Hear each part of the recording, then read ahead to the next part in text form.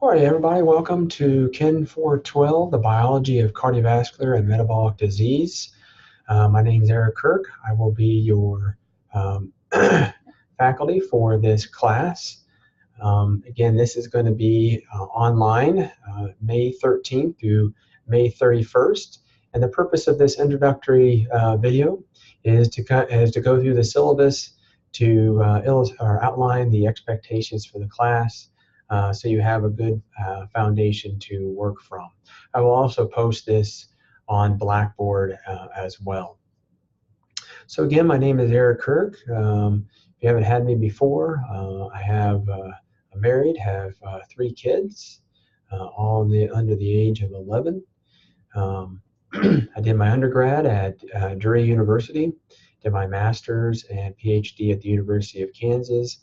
And then I went on and did my postdoc experience at Washington University School of Medicine. I came here at SIUE in 2008. Here's some of my information that you will find. You can contact me. My email is a good way of getting a hold of me. If you have any questions that are of a private nature, it would be a good idea to email me. Otherwise, we'll use discussion boards to post any questions you might have. There is no course text for this. However, there are a bunch of readings that you should complete for each unit. It will help in understanding the material. They're not very long, but it's important for you to have go through and have a good understanding of them. So what is the purpose of this course? You're going to learn a lot about the metabolic basis of human disease, so how things develop. So we'll talk about atherosclerosis, how that develops, diabetes, hypertension, and associated comorbidities, and we will talk about how they develop. We'll go through a number of pathways. You'll have a chance to practice putting those pathways in proper order. But the idea is to give you an understanding as how, if you were to develop these, how these develop physiologically and pathophysiologically in the body. We're not going to do a lot with treatment. You'll be learning that in other courses. We'll be focusing a lot of the aspects of how these develop. There'll be some treatment, but a lot is going to be on the development of the pathophysiology of these.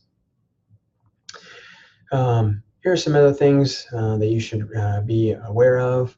Some course objectives upon completion of the course. Here are the things that you'll have a good understanding of. Here are the KSAs you may not be aware of, but the program is accredited through the American College of Sports Medicine. And these are the knowledge, skills, and abilities that will be covered in this course. Some things about online that you should be aware of. It is an online course and it's a May term, so you should be expected to be in class most days of the week over the 3-week period. You'll be allowing about 3 to 4 hours, most likely per day, listening to lecture and practice, similar to what you would do if you were in class. So be able to use terminology properly, communicate effectively, ask questions, etc. The class is divided into 4 units. You have Unit 1, which is going to be lessons 1, 2, and 3, the pathophysiology of coronary artery disease and the role of lipoproteins and hypercholesterolemia. Then we'll move on to Unit 2, Lesson 4, the pathophysiology of diabetes, causes and consequences. Then we'll do Unit 3, Lesson 5, the pathophysiology of insulin resistance. This will be a lot of the associated issues related to type 2 diabetes and insulin resistance. A lot of things you'll be seeing in your client. And we'll end with Unit 4, Lesson 6 on hypertension. You'll notice that everything is divided into units, and that's going to be important in terms of helping to make it easy for you to find information on Blackboard. Speaking of Blackboard, that's where you'll find all the information for the coursework. You'll notice that you have class notes, assignments, and gradebook. Everything will be on Blackboard. You'll see there's a unit folder under coursework for each unit. All reading materials, lecture slides, discussion board, links, exams, and other assessments be in that unit folder. And I'll post a secondary video that'll kind of go over the outline of the Blackboard, how it's structured in just a bit. Again, you can check your students, you can check your grade anytime. This is an online course. You need to have some of the basic technology capabilities. Just read through the syllabus. If you do have questions, you can contact the ITS at this number here, or you can email them at this email address. Here's just a list of some of the technology requirements. It should be compatible with most computers today. The methods of evaluation, there'll be 4 exams. There'll be exams 1 and 2. It'll be 100 points each, 50 questions on each exam, or 2 points each. And exams 3 and 4 will be 50 points each, 25 questions, or 2 points. And there's going to be a comprehensive final exam that'll be 100 points, 100 questions, and 1 point each. And all exams will consist of multiple choice questions. Exams will include material from online lessons, assigned readings, and topic summaries. When taking the exams, you'll be doing a Respondus Lockdown browser. If you have not used the Lockdown browser before, you can download it from Blackboard. More information regarding downloading and using Lockdown browser can be found at this link here. Here are some considerations when taking the exam. Best if you don't use wireless connection unless you absolutely have to. If you have a wireless connection, use a connection that you trust. Do not use public Wi-Fi to take an exam. Do not take exams on tablets, iPads, or iPhones because they may not be reliable. Do not take the exam until you're fully prepared, although you can use your materials to take the exam. The exams will have a time limit. Usually you'll get about 60 seconds per question on average. So for example, 50 questions, you'll have 50 minutes to take the exam. These exams that are 25 questions, you have 25 minutes, and then the comprehensive final exam, it's 100 questions, you'll have 100 minutes to complete the exam. And then do not use the browser's back button. Save your answers before moving to the next question. And then you must click Save and Submit before the end of the test to submit your exam for grading. There are some topic summaries. Units 1, 2, and 3 will have these topic summaries that discuss a variety of topics related to that unit. You need to go to the article link and read it and respond to the questions listed with the link. Your response should be typed, 1/2 page in length, single-spaced, 1-inch margins, 12-point font times Newman times New Roman font, and then just please upload it in Blackboard at the exact location where you found the topic summary assignment to begin with. Assessments, these are going to be very important. They're not meant to be very hard points, but rather they're meant for you to prepare for the exams. There are assessments varying in point totals from 4 to 19 points each for each lesson. That should be completed prior to taking the exam for that lesson. However, that's important. Make sure you do these assessments prior to taking the exam. That's the point. However, you will have access to them until the end of the class, so you can prepare for the comprehensive final exam. The purpose of these assessments is to provide good practice in helping you understand the order of the pathway, placing them in proper order. It's a good practice tool.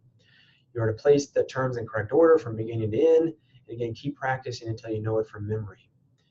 Here's the important part. You can complete them as many times as you want, and only the highest score will be recorded for a grade. So you can complete them 10 times, and only the highest score will be completed.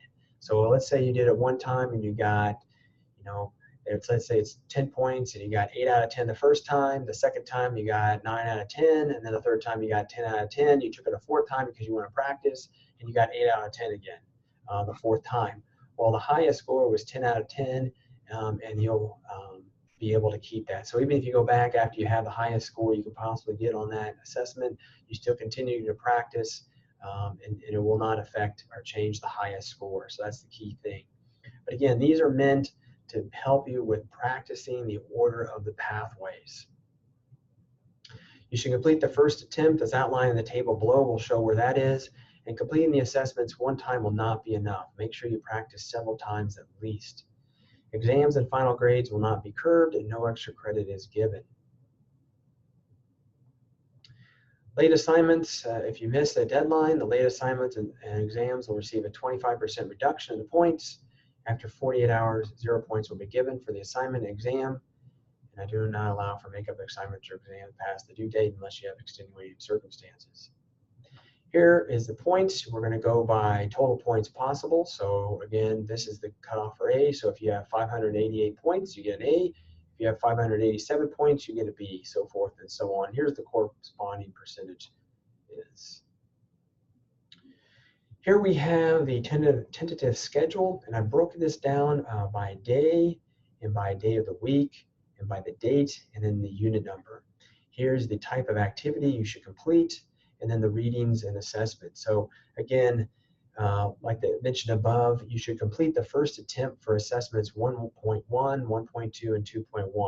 What these point ones basically means, this is lesson 1, assessment 1. So this would be lesson 1, assessment 2, and this would be lesson 2, assessment 1, so forth and so on.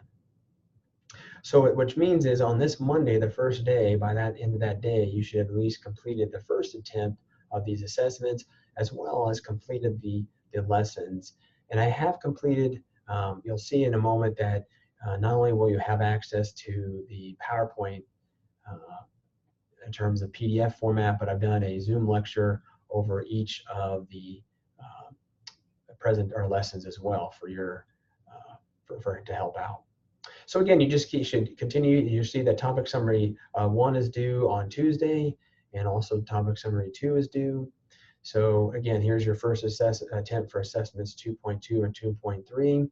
Again, it just gives you an idea of what you should be doing in order to keep up with the class. And again, you should allow about 3 to 4 hours per day. Again, similar to what you would be if you were in a class. If you were taking this on campus, it'd be about a 3 to 3.5 hour class. You'd be in class. So really take that time as if you are able to do it. You may not be able to do it all in one setting, but make sure that you are able to devote about 3 to 3.5 hours each day, or however long it takes for you to complete the assignments and prepare for the exams.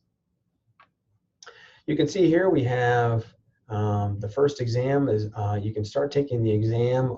Usually what I've done with exams, I've allowed them to be open for 2 days for basically a 48-hour period. For example, you can start for exam 1. It's due on Saturday at 11:59 p.m. Central Standard Time. However, you can actually take it if you'd like on Friday if you would wish to do that. It's up to you. But just keep in mind, once you start the exam, that is, you have to do it in one setting. So you can't pause the exam and come back. So once you start the exam, you have to complete it in that one sitting. So make sure that you allot the necessary time of 50 minutes or 25 minutes or 100 minutes, depending on the exam that we're talking about, to complete the exam. Okay.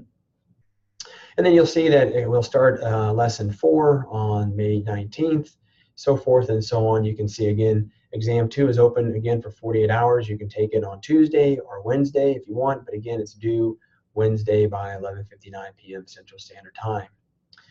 Again, you can see, continue to move through the syllabus. I would recommend that you have access to this syllabus every day. You may want to print off this part of the syllabus, making sure that you have access and you can keep pace. The idea is to try to break this down in a way that you'll be successful, and that if you keep doing and follow the syllabus how it's outlined here. Sunday, again, you have 48 hours to complete the exam. When I say 48 hours to complete the exam, meaning that you have 48 hours. Within that 48 hours, you can take the exam. But again, once you start it, you have that time allotment, whether it's 50 minutes, 25 minutes, or 100 minutes of the comprehensive final exam. But you can start at any time within that 48-hour period. Then we finish with hypertension. You can see then once that's completed, then you're going to review for the comprehensive final exam. Make sure, I will note, you'll see that there's study guides. You'll notice there are going to be study guides for every exam. Follow those. Those should be very helpful. And for the comprehensive final exam, you'll just continue to use the same study guides that you use for exams 1, 2, 3, and 4. Use those same study guides for the comprehensive final exam. Again, you can actually take your final exam within a 48-hour period. You'll have 100 minutes to complete it, but you can take it any time within that 48-hour period beginning May 31st. Make sure again that you don't plagiarize, and then if you have any type of special needs, to contact Access with the information you see here. All right, so this concludes the syllabus. Make sure that you have you review the syllabus.